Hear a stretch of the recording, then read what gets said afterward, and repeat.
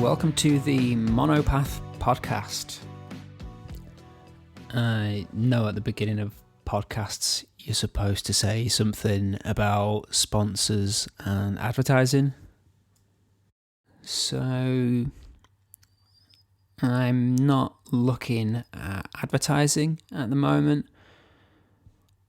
So this mostly relies on my own ambition and drive to do it.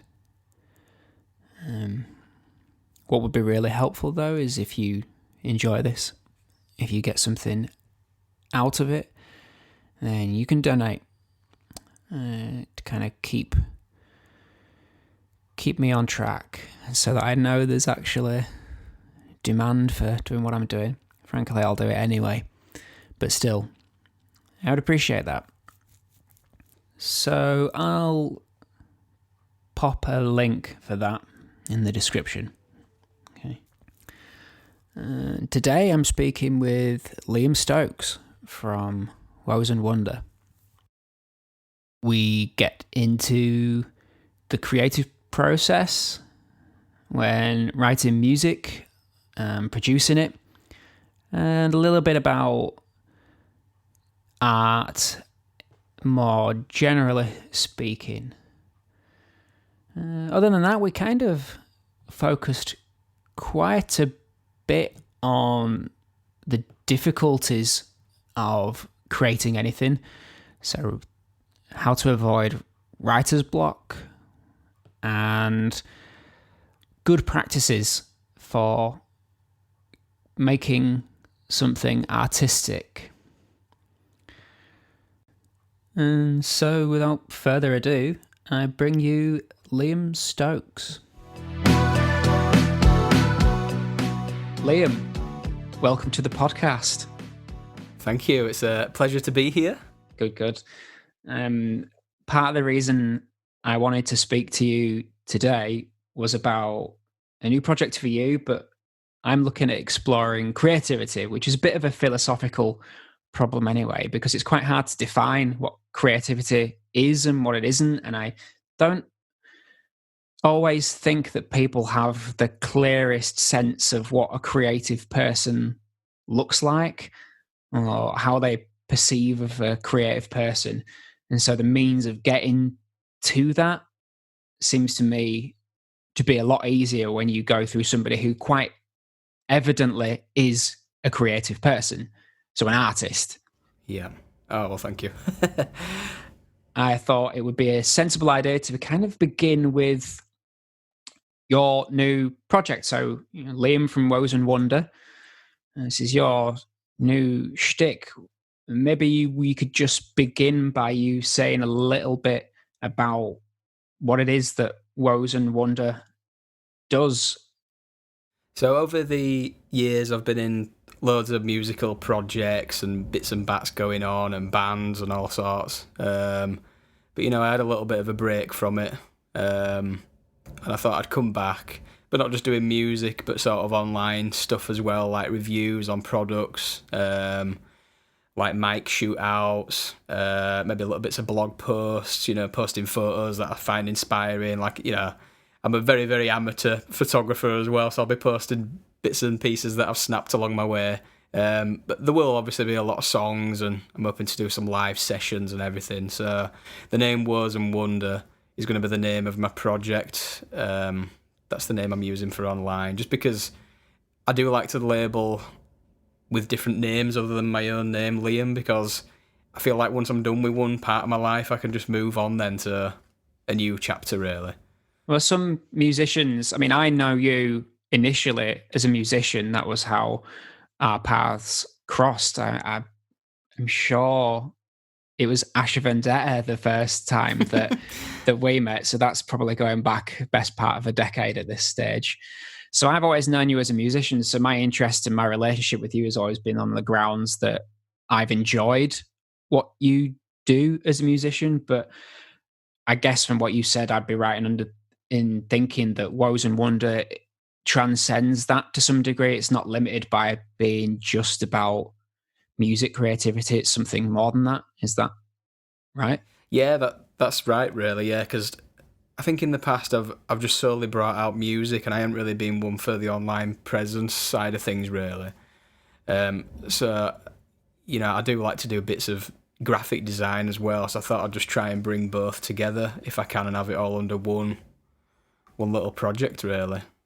So yeah, just trying something a bit new really. What has changed there then for you? As you say, you never really were too interested, or at least not as focused on the social media aspects of it or the publishing sides of it. It was more to do with simply creating good music. So what has changed within you? Maybe it's a personal change, maybe it's just an evolution. What there has changed over the last few years for you? I think it's because I feel like sometimes the songs people listen to, and I've had good feedback from people and stuff in the past, but I feel like when you post in other media, people find it easier to relate to your story and what you're doing. And I always find that when I write music, I've always got like images in my head of like what the album cover is going to look like and things, and then I think, well, I could maybe do like a bit of a video to support that and go with it, or some sort of artwork, or mention something to do with the topic of the song online as well, so it can sort of come as a bit of a bundle really, and not just the song. So yeah, it's more just trying to expand on the song and just make it more of an event really, so it's not just songs out, people listen to it, and then next song, I want to try and make more of a feature of each piece. Not dragging it out, but just writing about things related to it, little blogs, or I'll say, look, I use this microphone on this, I found it, it's better than this one I've tried, or just putting information up there really, so people have a bit of an idea about what I'm doing.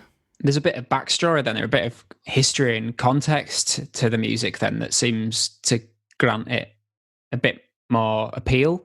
Maybe it's because it's more personal.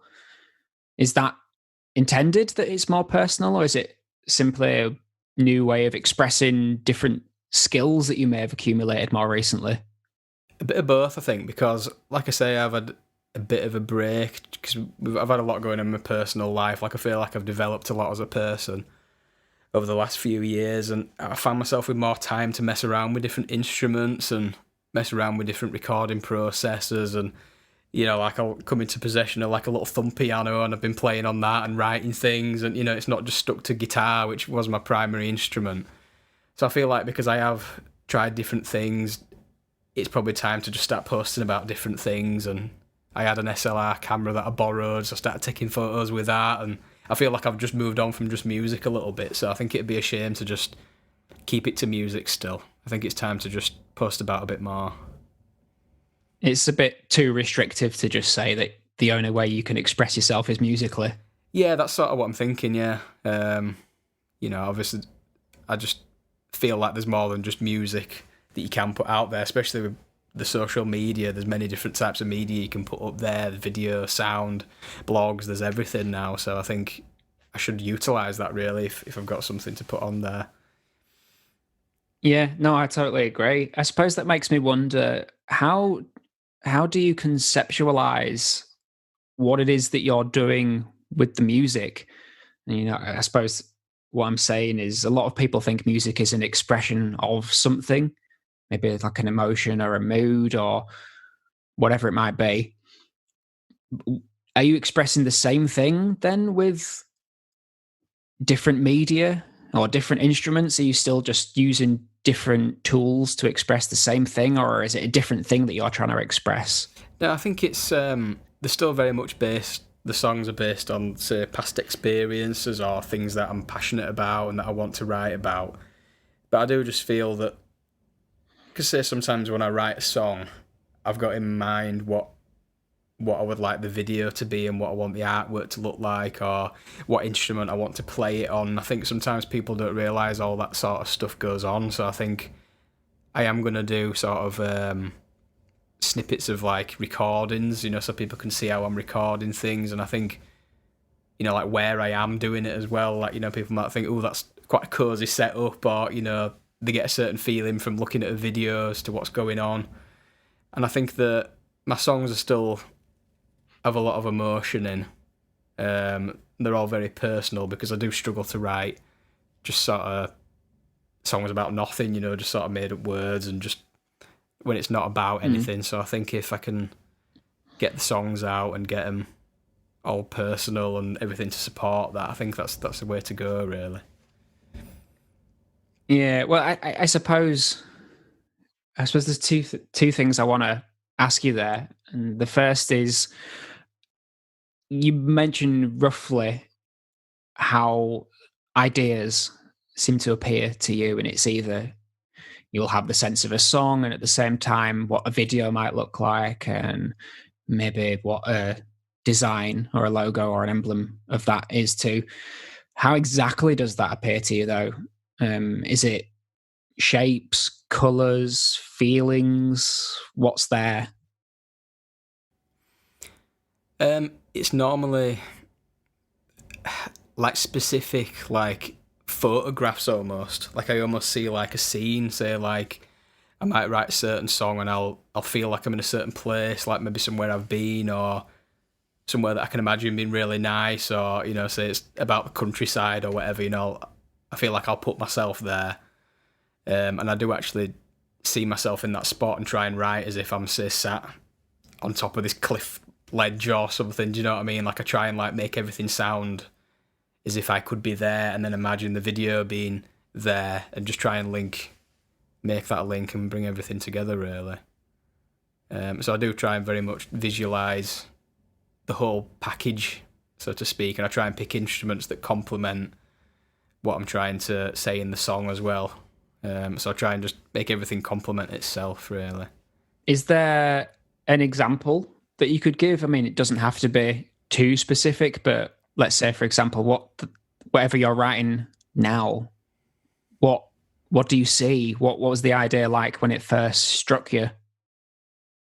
So I've got a song called Avalanche, which is quite a personal song to me, which will be coming out soon, but I don't want to go into too much detail just yet. But it's very much the instruments are very sparse. There's not much going on. There's a lot of string textures, because I imagine it being sort of like in a really mountainous area with like bad weather and stuff. So I've gone for very tinkly sounds, lots of like swelling sounds. I've gone for also electronic drums as well instead of acoustic drums, because I find they're very precise. I feel like there's a lot of like tails on the acoustic drum hits, where with like the digital samples, it's very clean and very very crisp. So I've gone with all that sort of thing, and that's helped paint the picture of where it is very isolated but very beautiful. Like that sort of thing. I'm just trying to make everything complement that, really. No, I understand. It's a little like shaping the sounds to whatever feelings or that picture for you that inspired it in the first place. So, I mean, for me, when I think of something like an avalanche, I do think of something that on the one hand is mountainous, but I'm also thinking of snow and being smothered, I think. And these are the sort of things I feel. But then there are certain sounds that match that, and then again words that also serve it too, and probably for me colors and shapes as well. So kind of like less pointy and more smooth shapes, but still rough, like white, blues and greens and dark. Yeah, exactly. They're the sort of colors that seem to leap out to me when I think of those things. So I know from my own point of view, when I'm writing music, I'm really just reifying and re-emphasizing some deep thing, some that's there, and I don't really know what it is, but I'm constantly just trying to reify it in terms of a word or a color or a sound. Does that kind of resonate with you, framing it that way? I think it is. Yeah, I think it is very similar, because I have seen, you've been mentioned that before about the colours and everything, and your sounds that you think sound like the colours, and I guess it's similar in a way. But yeah, I think that is the case, really. I think everyone's got a sense of rightness with music, and it's just taking you as an example. The more skills that you develop, the more ways you can express or understand that thing.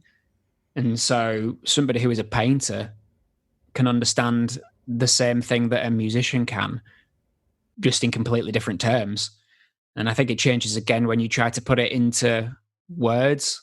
I mean, I think there's quite a hard contrast between uh, what a poet does and what a painter does. And in the middle of that is a musician who does both, who does a bit of the lyrics and does the music. But I think of them as two completely opposite things. They're opposite to each other. So I guess when I'm talking about music, I'm kind of copying in or almost annexing and including words, but I almost treat them quite separately. So for you in the writing process, how early do you also treat those two things as separate, or are they all there at the same time? It depends, because it depends how I get the ideas. Sometimes I get certain lyrics that pop out, or sometimes I'll get the melodies that come. And I think if the melodies come first and the chords, it doesn't always like present itself as what I want it to be, like the feeling of the song and what I want it to look like in my head. But I think if I get the lyrics sorted, then that's when it sort of starts to take on its character then, really. And I think I don't know, maybe I've just got this idea in my head that once you try and get everything complementing each other, it'll be more relatable. You know, people will see the cover and think, you know what, that suits the song. I don't know, but it's because I do graphic design as well. Maybe I'm just biased towards that because I'm very much used to designing things to entice people to buy things or all that sort of thing. So I think I'm probably just of that mentality, really, naturally. But yeah, it does depend on which comes first. If it's guitar chords, not always straight away I get a picture of it. But I think as soon as the lyrics come, I definitely start to form a look of a song, really. I think the difference is, I mean, for me, lyrics is always right at the end. That's the last thing. Very early on, there's usually melody and rough mouth shapes that I make when I'm singing, and you've heard them before, so you know what I mean. But it's there's almost like a fuzzy word in there, but it's not quite a word quite a lot of the time. So for me, lyrics, when I'm writing lyrics, it's when I finally realize what the song is about. And it's quite a surprise to me much of the time. I don't really know what I'm doing. I just kind of, I say, reifying this feeling or this kind of thing that's unspoken and trying to put it into words. But when I get to that stage, it does feel like it's the difference between feeling that it's right and knowing that it's right. Almost like it being a little less subjective and a little more objective, if that kind of makes sense to me. I suppose it's a question of like knowledge, and when it's just a intuition that it feels right, which is the case when it's a color, when it feels like a color or something feels like a shape or a sound, that just feels a certain way and it just feels right, and I can't explain why. But when it gets to lyrics, it feels like, okay, now I think I know why, and I know what I'm trying to say, and it feels that that's kind of the last, that's the probably one of the more important parts of it, even though it's last and it's left to last. But I think that in terms of my experience of songwriting, that feels like it's a really important step in it because it's conclusive. It is, yeah. It does finish it off, doesn't it? Because, you know, you can, like you say, I do agree with you, because you can have everything else there in the song, but if the lyrics aren't quite there, or you've put lyrics in and you're not sure about them, or you're not sure on the direction of the song or what it's about, or you've got bits that clash with each other, different, you know, tenses, or if it's in first person, all that sort of thing, and until you get the lyrics down, it just stays in your notebook or, you know, on your computer, doesn't it? It never leaves until you've got it right. I think plus it's very hard to write words intuitively and just know that it's right and it just feels right. It's quite hard to do that, and I've tried. Again, I draw this distinction between poetry and painting, because I think that's kind of there, and with lyrics. So the lyrics are the poetry side of it, and it's just a completely different thing to doing the music. Like, for me at least, doing the music side of songwriting is just completely intuitive, and it's just everything. This feels right. This doesn't. This chord feels right. It fits. This color fits. And lyric writing is nothing like that to me. It feels completely different. It's a new it's a different skill that I'm trying to do, because I'm trying to understand everything else, all of the other intuitions and feelings I'm trying to put into words and be specific about what it is. And I think they're completely different things. Does that distinction kind of make sense to you? Yeah, I think it does, because I do naturally find it easier to, like, say, get all the melodies down, all the chords, and get almost a backing track in your head sounding good, or on a guitar or with drums and stuff. But then when you come to add the lyrics, sometimes you actually have to work through and see if the structure of the song lends to the lyrics you've come up with, and it's hard to try and get them to work together sometimes. You know, and I'm sure you're probably the same, where you'll have a verse, a bridge, and a chorus, but the chorus doesn't pop enough, or it's too big for the song. So then you'll then change the bridge to make the chorus better. And a lot of the time, that's all based on what the lyrics sound like at the end, because sometimes you get right to the very last bit and you think, no, I have to change it. Well, that's a famous thing in writing, isn't it? That you should kill your sweethearts and you kill the things that you love. Sometimes you've got to be willing to sacrifice that for the betterment of the song. I mean, I certainly find that very difficult. I mean, have you had to do that much? Yeah, because I feel like there's a lot of songs that in the past that I haven't actually brought out because it's not quite there, or I just haven't had a good feeling about it. But then on the odd occasion where I've written a chorus, in fact this happened a while back, I wrote a chorus and it sounded very much similar to something else. There wouldn't have been any issues with any sort of copyright thing, but I knew it had the sound of something, I didn't like it, so I made the decision to scrap a chorus, which I thought was a good chorus, but as the time went on, I've actually come up with a better chorus now that it's more contrasted to the song, it's better, it helps bring the song out. So really, even though it was hard to get rid of that chorus, it's actually turned out for the better because of this new idea I've had. So I think sometimes you just have to push yourself to get rid of things that don't work, and just, if a song doesn't work, put it on the shelf for another year until you can pick a verse from it, or sometimes you just have to let it lie, I think. Yeah, this is a bit of a tangent perhaps, but I think it's an interesting one. How much do you value the role of gestation, I suppose? How long, do you value that role of kind of just putting ideas on the shelf for a period of time and sleeping on it, forgetting it? How much does that impact your everyday experience of writing? A lot, because I'm very picky. I do find that a lot of the time I'm writing songs and I can't quite finish it, so I'll leave it, and then I start another one, can't quite finish it, so I'll leave it. But then, I do go back to them and work on them, and I get the songs ready. But then every now and again, I'll just pick up my guitar, start singing and playing, and I'll sing a verse, a bridge, and a chorus, and that's the melody. I know that's the melody for the song because it just works. It's just come out all in one line. There might be a few tweaks, but I think it depends, because sometimes I feel like you try and overwork something and overwork it, and the more you work on it, the more you get sick of it because it's not right. And I do think sometimes you just have to shelve them until you come up with a new angle for the song. Or like I say, you can go back and pick bits from it for new verses or melodies at least, maybe not lyrics because all songs are about different things, but you can go back and pick maybe a bass line or a drum beat and use that. Or I do see them as very swap and changeable if they're not working. I think sometimes you just have to put them in your armoury to pick from, and then the songs that do work straight away, crack on with them, get them down while you're good, while they're in your head, while you've got a good direction with it, just crack on with it. Yeah, okay. So a bit of both for me, really. What are you like with stuff like that? Do you? Yeah, I have had to really learn that the last year. I've always been a bit too determined because I've had a list of things to do. One of them is to finish this song, and so I'll just stare at it. And maybe only really in the last few years I've noticed that is not a good strategy for any sort of creative pursuit. I think it inhibits it, it gets in the way. So now I'm quite happy to rely on the frequency of things that I create, even if they're not that great. I guess I'm trying to juggle two things. Like, I've got quite a perfectionist quality to me, and I always want everything to meet a certain standard that I think is probably too high sometimes. But on the other hand, it's about the frequency of the ideas. And so I produce quite a high frequency of ideas. Not all of them are great, but I sit on them.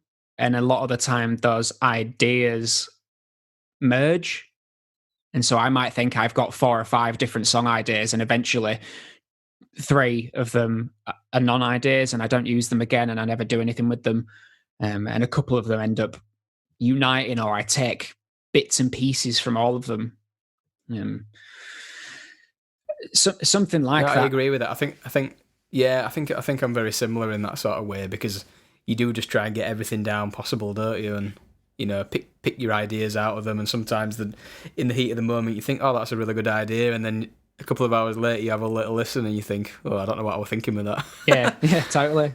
I think I'm just willing to take time on these things. I don't think you can rush creativity, and I find it.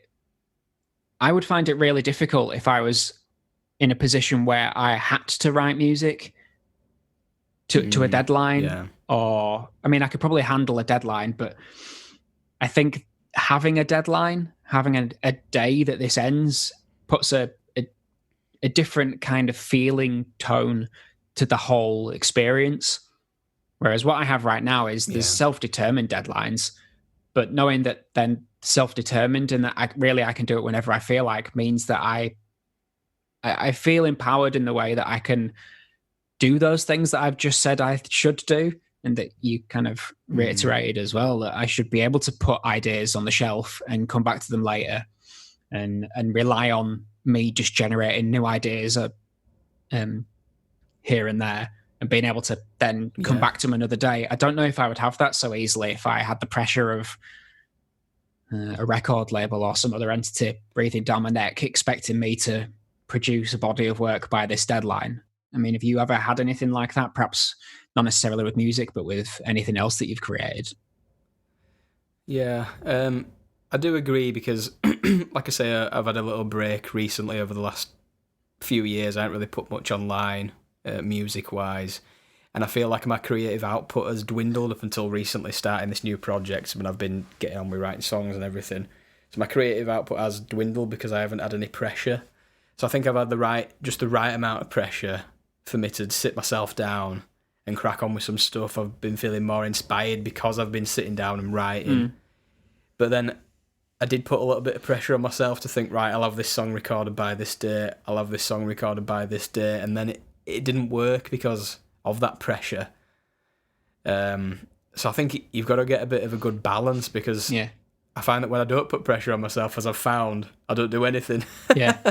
Because life does sometimes get in the way. So I think for me, I do need a little bit of pressure just to produce a bit of output, really.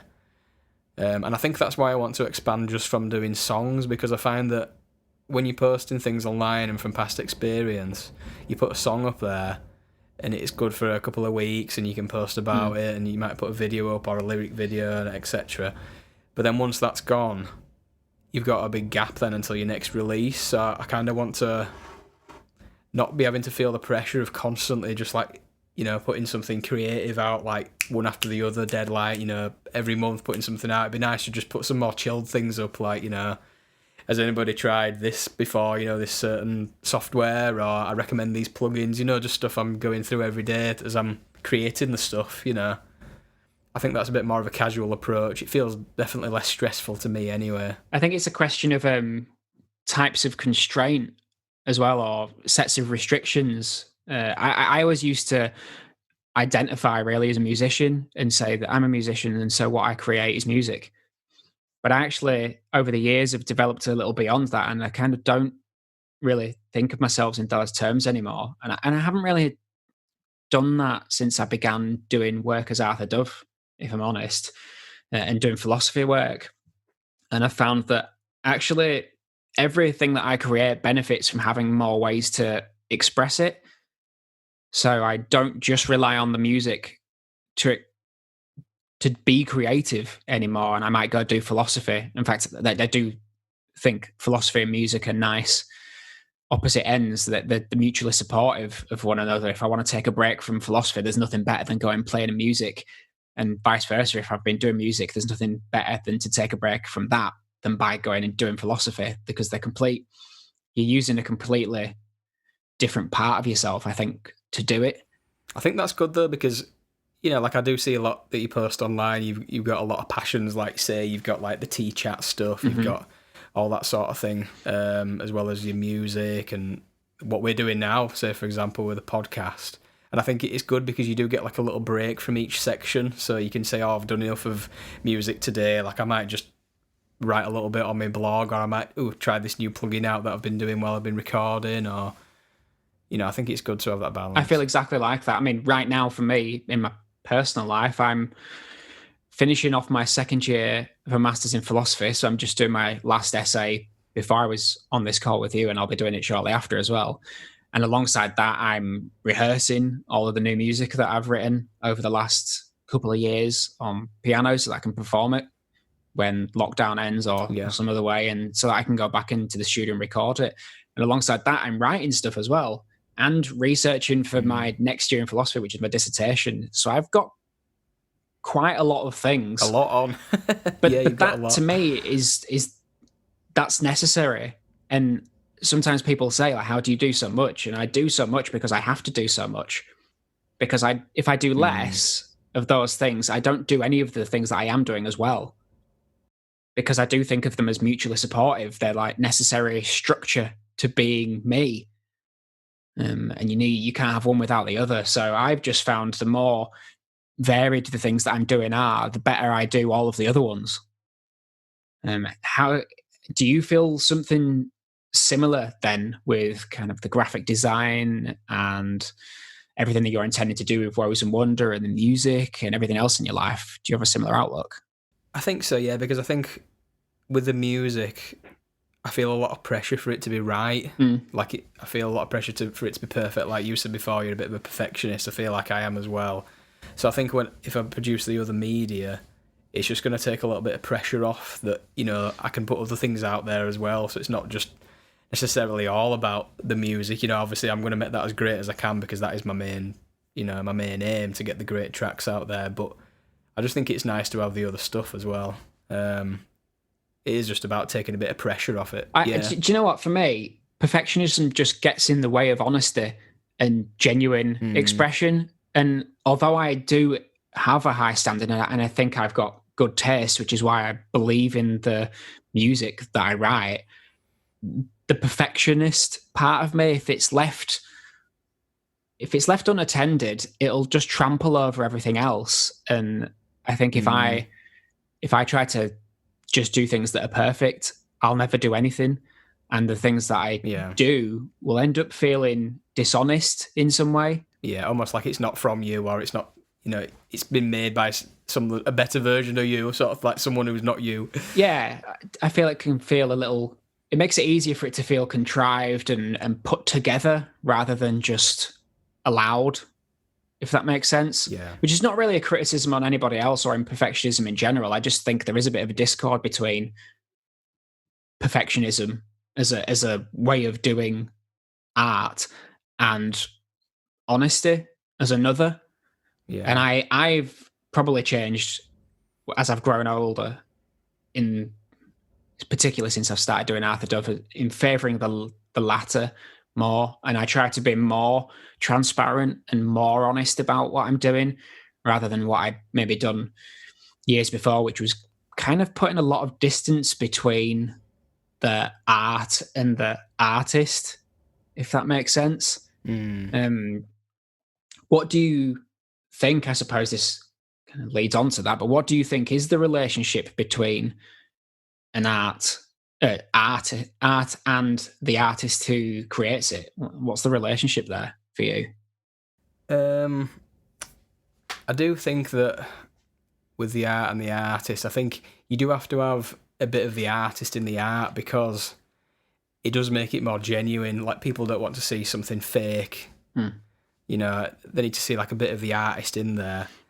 But then at the same time, obviously I'm wanting to post other media and everything, but I do think it would be an amazing world if you could just post a song out there with no artwork, no sort of like brand to it or anything, and people go, oh, you know what, that's an amazing song. I'm going to latch onto that and I'm going to listen to it without anything else. I don't want to buy a t-shirt or go to a gig or anything. I think it would be amazing for that to happen, just people to appreciate that on its own. But in other walks of life, that doesn't happen anywhere else either, because everybody needs something to catch on to, whether it's like a brand of clothes or something, or like a certain piece of artwork. Everybody likes to get involved with that, don't they? So I think you do have to very much put what you are in the art. I think you do have to be a part of it, and like you say, if you try and make it too perfect, I think people can tell, because it loses all its personality.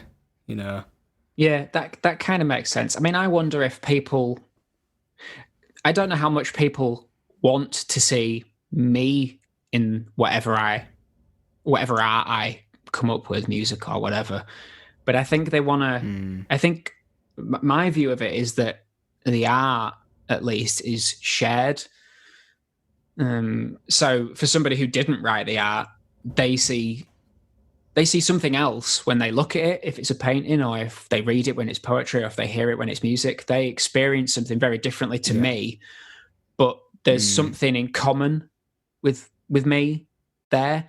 So it's almost like a conversation or an exchange.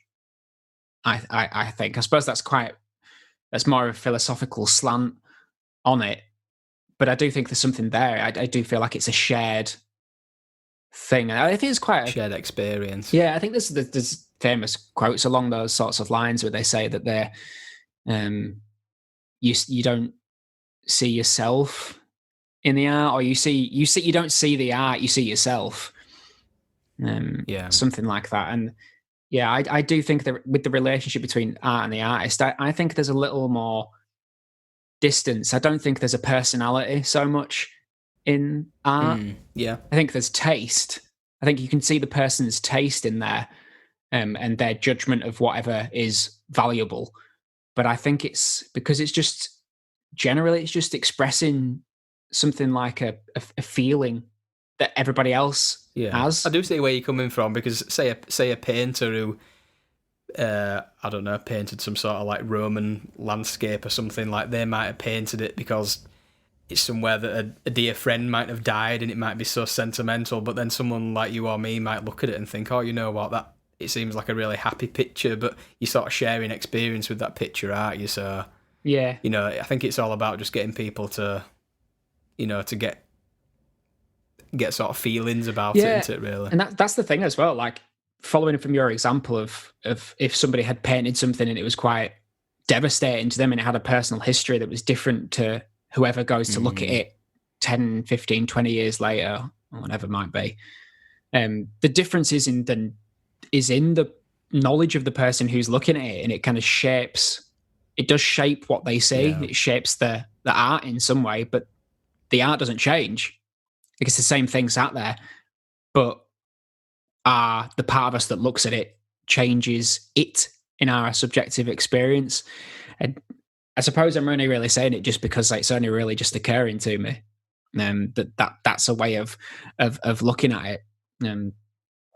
But talking about the art and the artist, though, one thing you said was about, and I suppose you just used the example of a painter as well, and you were talking about graphic design, and I wondered how much of a visual bias there is in art. Do you think there is one? And if you do you think that gets in the way of enjoying something like music that isn't visual? I think it can, because sometimes I hear a song and I think, oh, you know what, I really like this song. And then I'll see the cover art to it, say on, some sort of streaming platform, and I'll think, that's not what I had in mind. And it sort of changes my perception, or I'll hear a song and it'll take me to a place and I'll put my own, relation on it. I'll, see what I want from it. And then I'll see the music video and I'll think, oh, I don't relate to that now. So that's, it is good to just hear the music on its own to a degree. Yeah, I think there's probably just a thing where, you were saying how part of your profession as a designer, as a graphic designer, is mercantile in spirit. So it's to encourage people to buy or spend money on something. And I think that's appealing to the visual bias that we probably have for art, but I don't know if we can actually ever sidestep that. I think that we have a demand for it, whether we want it or not. Do you think it's a Yeah. little like reading a book? You know, when people say you read a book and they make it into a movie and say they miscast one of the characters, you can tell, but how is that? What does it mean to be able to tell Yeah, that exactly. there's a miscast? Yeah. But then who's right? You know, you might get one person saying, "Oh, I imagined them to be, this way," but then in another person's perception, there might be a different way. So I suppose it's tricky, isn't it? Really, you've just got to go with, in terms of producing your own artwork or getting it produced for you. You just have to go with what you think is best, don't you? Really, how you see it, or I suppose, if anything, that's where personality comes into it the most, and it is the thing we were saying about it being a feeling of some sort that's being expressed, and so it's intuitive until you can put it into words why it doesn't seem right. When someone's miscast in a movie, it doesn't feel right, but it's very hard to articulate why exactly that is. yeah, it is. Yeah, it's very hard, and to say. I would say the feeling's more powerful, but is it the same as the feeling that you as a songwriter or you as a graphic designer or anything else that you create? Is it the same feeling that you always have if you can just tell? And maybe you could just say a little bit more about what you think that thing is compared to other people. You mean when I'm writing my own music, can I tell if something's wrong before I bring it out, or do you mean if other people can tell something's wrong with the cover between the song, that sort of thing? I guess what I'm asking you is about your ability to judge when something is wrong. That has something itself to do with your taste. Yeah, I think you can just tell, and we did briefly touch on this before, didn't we? Where we said that when you're writing a song, if something just doesn't sound right, you don't know why, and it's just wrong, and you sort of shelve it. But I do think you spend a lot of time umming and ahhing about how choruses should be and how it should sound. Should it have a keyboard in this part? Should it be just guitar, or should it have any of that? Should it just be vocal? And I think, to a degree, I don't know if you ever know if it's right. I think you just have to put out the best version you can for your ability. I think you just have to go with what you like at the time, what your tastes are like at the time, and just get it to the best version of itself, I think. Because I always struggle with that. Is that generally how you approach it? Yeah, I think so, because I always struggle with what I want my songs to sound like. Being my own producer, I produce all my own music. I always struggle with, I've unlimited options as to how it should sound. I can make it a metal song, I can sing it fast, I can make it slow, I can change the key, I can use keyboards, guitars, it can be soulful, it can be a rock song. Like I think you just have to go with what the song lends itself to most, and just what your tastes are at the time, I think. Yeah. That's probably good advice for anybody who is listening, really, is just kind of being comfortable with making that decision and just going, this is good enough. Do you know, rather than striving for the perfection that you might think it exists. But I think good enough is a good enough aim for people to work towards. I mean, we've covered quite a lot of ground there. Is there anything in particular that you wanted to discuss or speak about in terms of kind of creative processes? I think probably just in relation to that last point, to be honest, I think the implementation of it is a big issue for me. I always find that the creativity side is fine. I have a lot of ideas, I get a lot written down, or a lot stays in my head, or it's on my computer, bits of recordings. But then actually getting songs out there is what I do struggle with. I do think I need to take my own advice and just put out the best version of the song at the time, how I want it to sound, because I think it's very different actually getting the song out there to creating a song.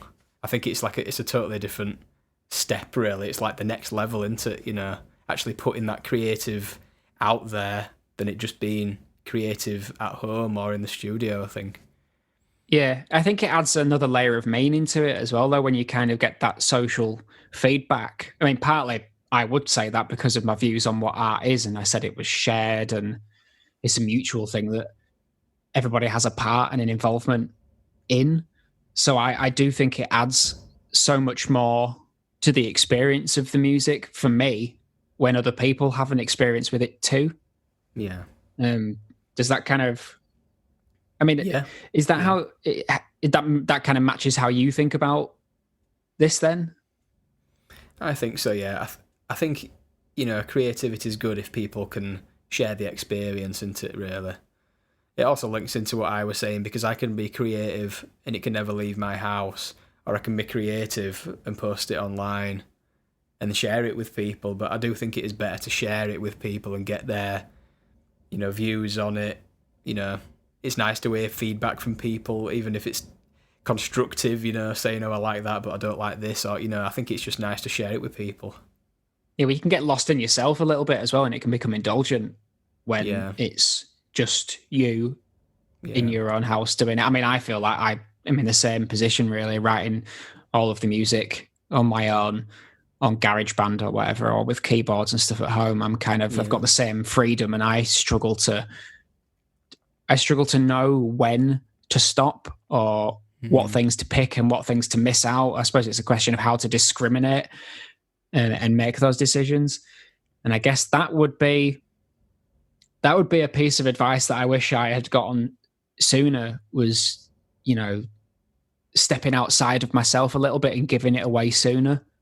Mm. Um, I think that probably would have helped. I mean, I still struggle with it, frankly, but I think that would help me a lot Yeah. if I'd known that sooner. Well, recently we did that with each other, didn't we? I gave you one of my tracks that there'd been an issue with for a while. It was a vocal line, and I said to you, look, just have a little look at this. In my head, I'm thinking it's just piano. I didn't send you the actual mix I did I? I just sent you the Hmm. vocal because I was too involved with it. I'd spent too long on this piece, and I says, look, you know what? You have a little look at it, and you've been working on it, haven't you? And you sent me some of your stuff to have a look at, and I've added a few bits to it, and I think you are just best letting go of it sometimes, just to get a new set of fresh ears on it. Yeah, I suppose it's yeah.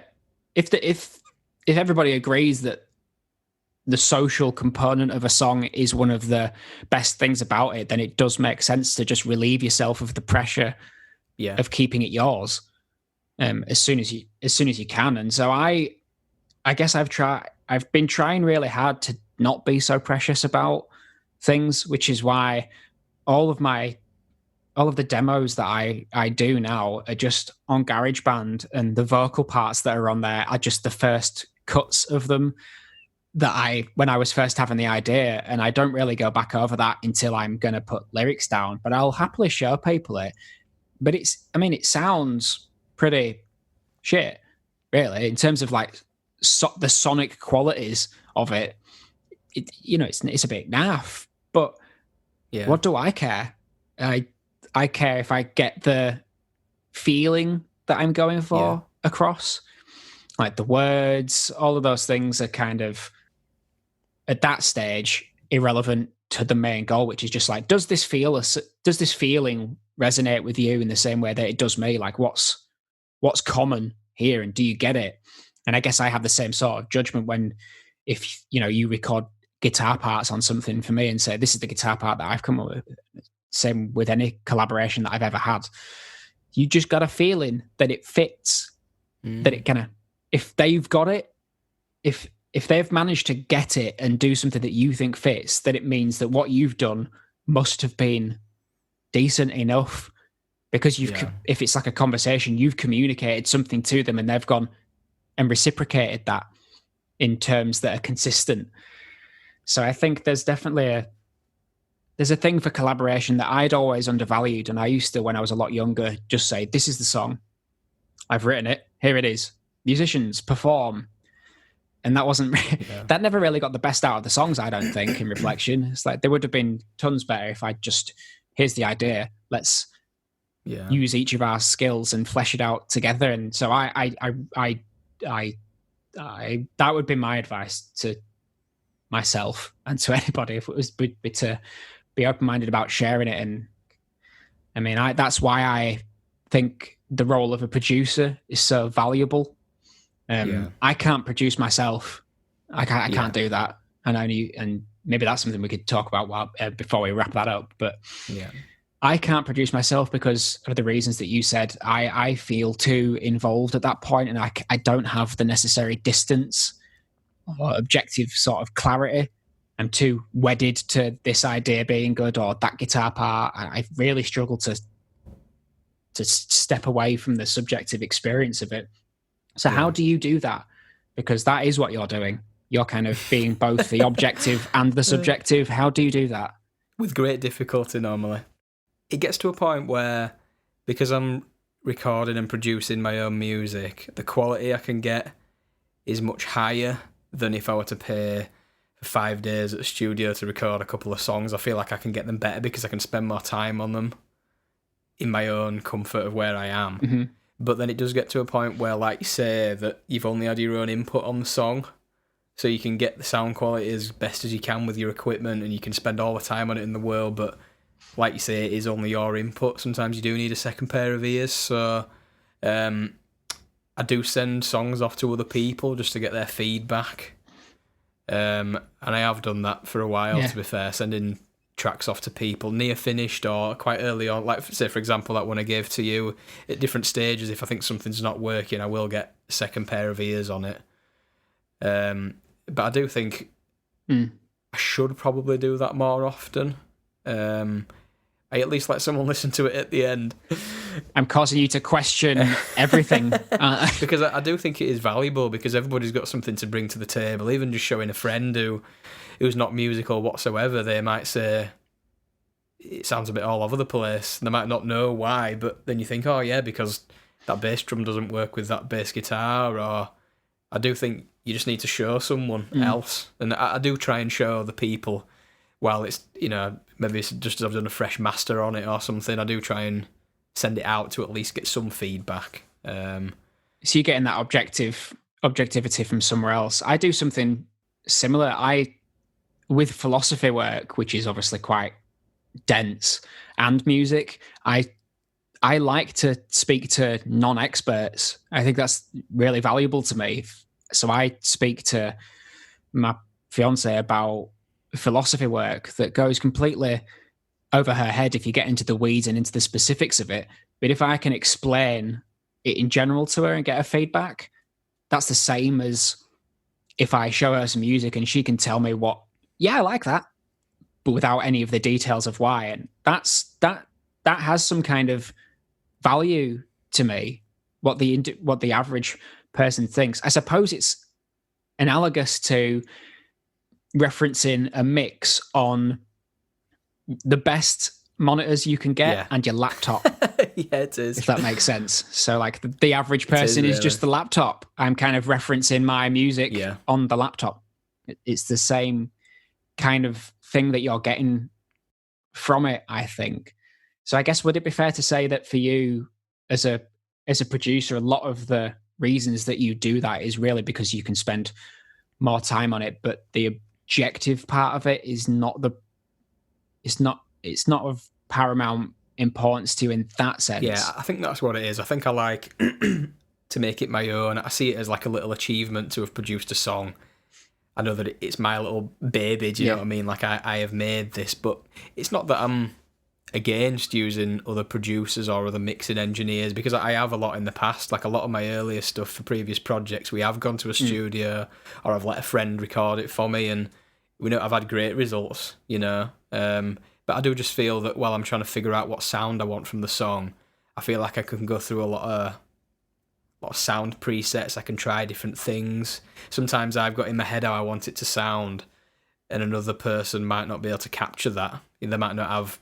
They don't know what I'm listening to. I think it just saves a bit of time in that sort of way, and I can get across more efficiently how I want it to sound, really.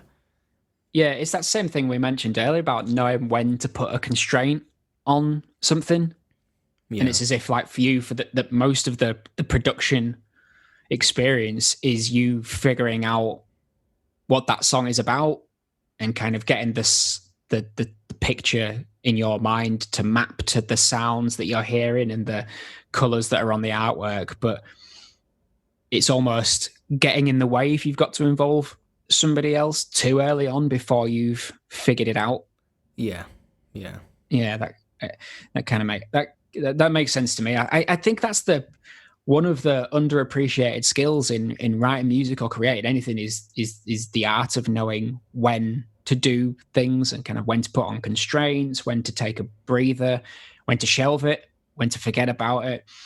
We've kind of been circling all of those things throughout this conversation, I think. So we've kind of been going for a little over an hour at this stage. So let's wrap it up. I like to wrap these things up, given it's a podcast about creativity and spirit. What do you think creativity is? Oh, what a question.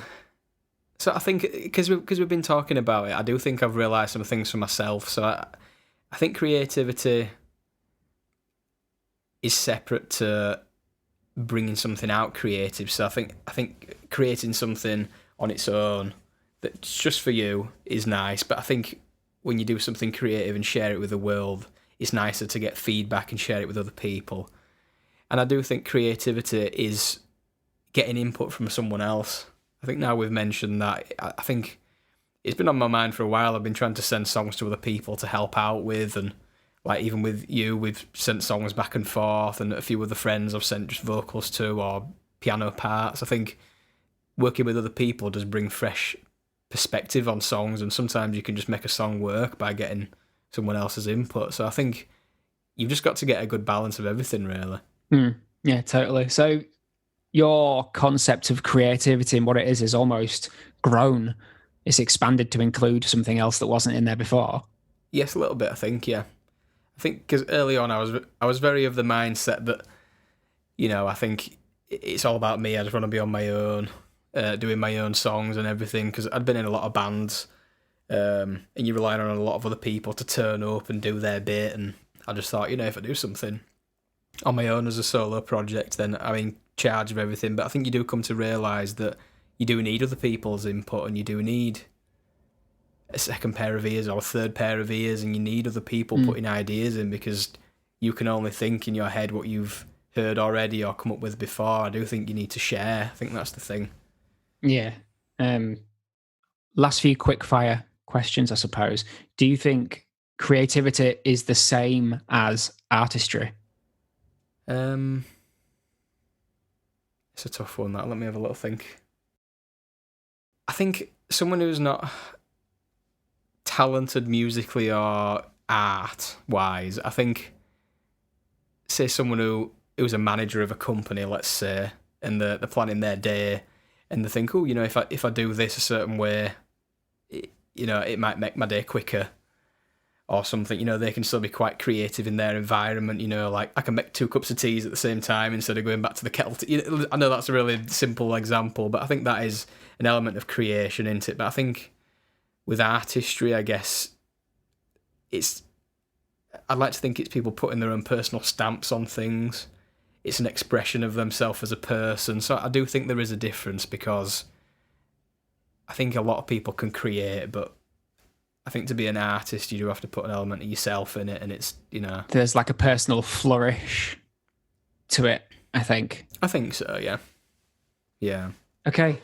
This has been really rewarding. So thanks so much for coming on the podcast. It has, yeah. I've really enjoyed it. Thank you for having me on here. Where can people find out about what you're doing? So you can stay updated on my Instagram, which is just Woes Wonder, or Facebook, exactly the same. And just keep up to date on my social media, and I'll just keep posting things, and message me or comment as you see fit. Okay, I'll include that in the link bio and everything, but that's a wrap. Thanks so much. Brilliant. Thanks very much. Speak to you soon. Thank you.